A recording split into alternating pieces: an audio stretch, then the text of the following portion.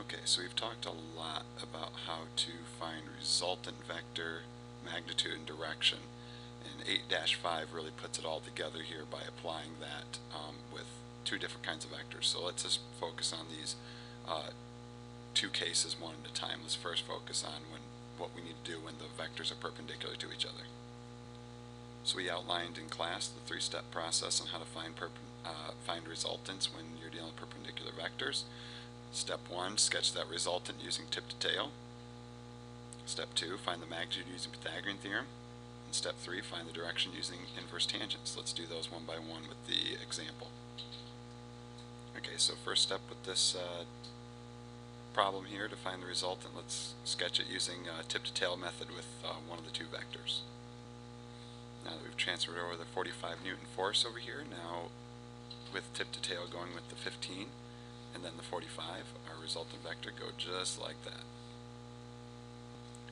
So here would be our magnitude that we need to calculate, which would be that r right there. And later on we'll figure out how to calculate this, or we will calculate that direction on the vector. So let's move on to step 2.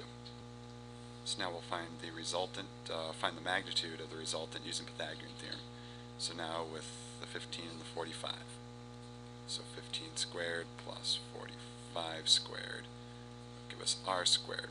So that must make r squared 2,250. Now to find r, now we just have to take the square root of 2,250, which is 47.4 newtons. So there we have it. There's the magnitude of that vector.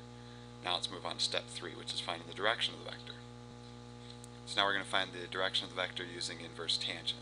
Inverse tangent because with the angle theta here, we're given the opposite side as well as the adjacent side. So let's take the inverse tangent, 45 over 15.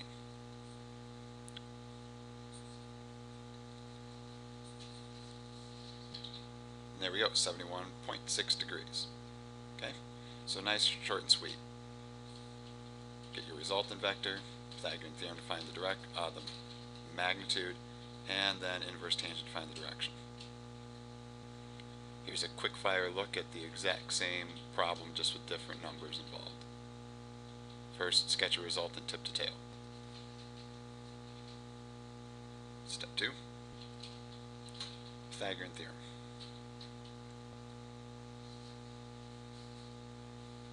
Step 3, find the direction using inverse tangent.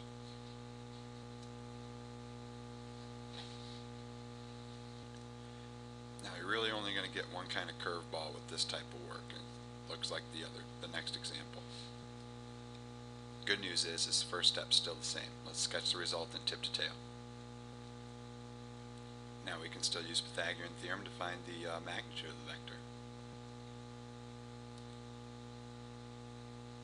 Now once you got the magnitude in hand, notice that if we go back up to the problem here in the picture of our vector, the direction of the vector here is indicated with theta, this blue theta I put right here. However, when you're working with the right triangle, notice that inverse tangent is actually going to give you this angle here, not the full angle for theta that we needed. So what we need to do with that theta is we need to add the 25 degrees in there. So let's go back with our inverse tangent, find that angle here in red, the inverse tangent, and then we add 30 to it. Add 25 to it to find our final direction for the vector. So then inverse tangent gets you the 58 degrees, and then you tack on the 25 degrees, so you arrive at our final direction there of 83 degrees. Done deal.